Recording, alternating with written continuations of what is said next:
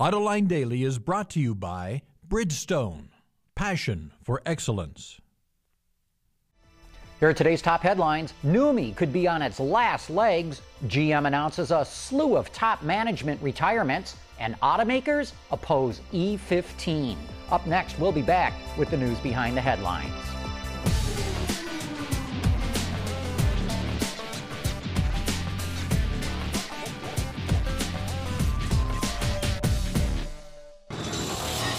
This is Autoline Daily for Friday, July 24th, 2009, and now the news. Toyota is suggesting it will probably pull out of NUMMI, the Detroit Free Press reports. General Motors already announced it will pull out of the joint venture, but it's unclear if that means Toyota will close the giant California assembly plant. I see two things happening here. This could be a bargaining tactic to get concessions out of the UAW, which represents workers at the plant, or by pulling out of NUMMI, which is a separate company from Toyota, the Japanese automaker can continue to claim that it does not close plants or lay off workers. General Motors announced a slew of top management retirements yesterday. They include Gary Cowger, who ran manufacturing, Ralph Segunda, the chief information officer, Troy Clark, who ran North American operations, Maureen Kempson-Darks, who ran Latin American operations, and Michael Grimaldi, who ran Daewoo Automotive Technologies in South Korea. They will all retire by October 1st or by the end of the year. The Alliance of Automobile Manufacturers, or AAM, has come out against the EPA's proposal to increase the ethanol blend in gasoline from 10% to 15%. According to Reuters, automakers are concerned that not enough testing has been done to make sure there would be no adverse effects from the increase. However, Growth Energy, an alliance of ethanol producers, says multiple studies have been conducted that show there are no adverse effects to increasing the blend.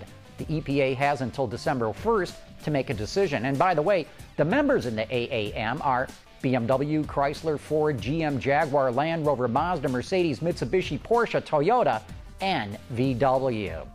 Recently, we reported that it looks likely that Chinese automaker Geely will acquire Volvo. And according to Gasgoo.com, this has upset the union that represents Volvo's engineers.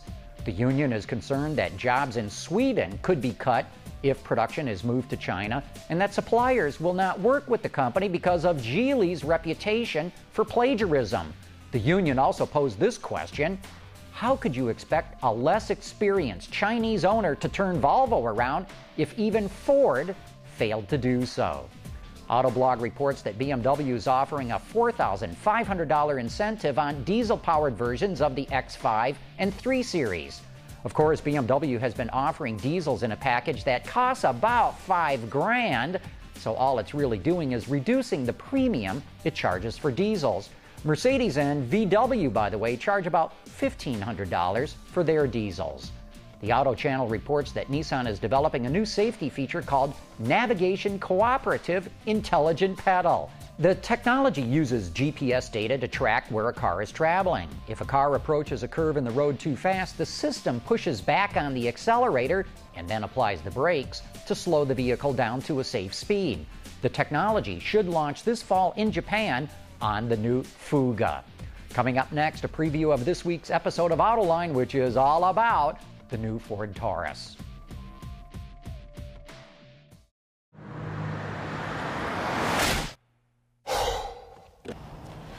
Changing tires out here could be dangerous, but with these tires, I don't need to worry. Bridgestone. This week on Autoline, we take an in-depth look at the redesigned 2010 Ford Taurus. I'm joined in the studio by three guys that played huge parts in the car's development.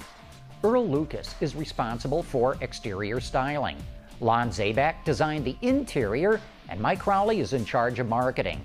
In the following clip, we talk about some of the subtle and not so subtle differences between the regular Taurus and the high-performance SHO. Those who know also will recognize that there's true dual exhaust on the show. And then as Mike alluded to, the EcoBoost engine that has the 365 horses.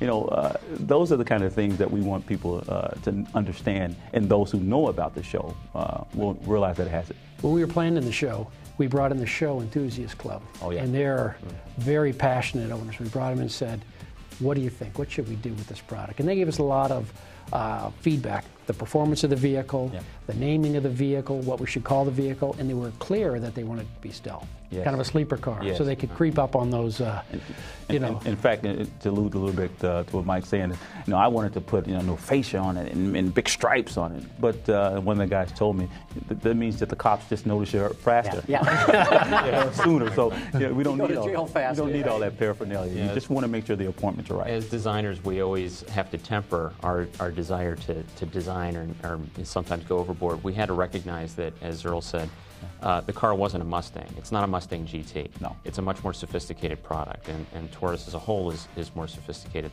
than where it was.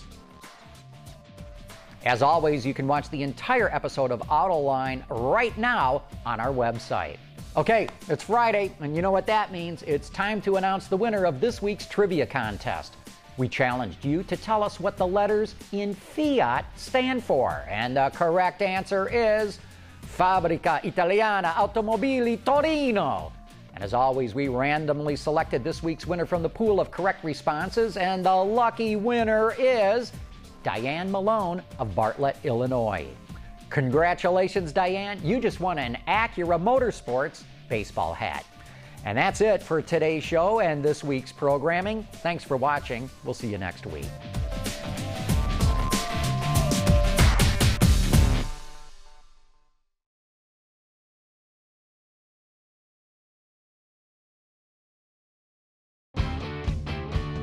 Visit our website for even more great content all week long. Autoline Extra, Dawn's Journal, podcasts, and even more. So click over and get the inside view at AutolineDetroit.tv.